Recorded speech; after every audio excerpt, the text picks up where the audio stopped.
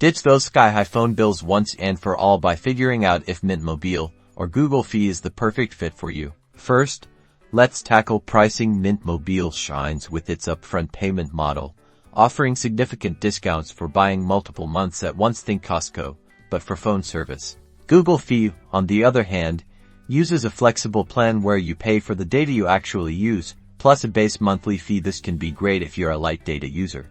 Now, plans. Mint Mobile keeps it simple. Choose your data amount, from 5 gigabytes to unlimited, and commit to 3, 6, or 12 months. Need more data mid-month? You can top up.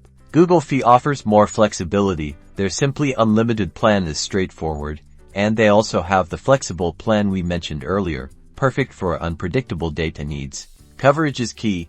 Mint Mobile runs on mobile's network, so if mobile has good coverage in your area, you're golden. Google Fi uses a combination of mobile and US cellular, giving you potentially broader coverage, especially in rural areas. Check both carriers' coverage maps before deciding. Finally, features. Mint Mobile focuses on affordability.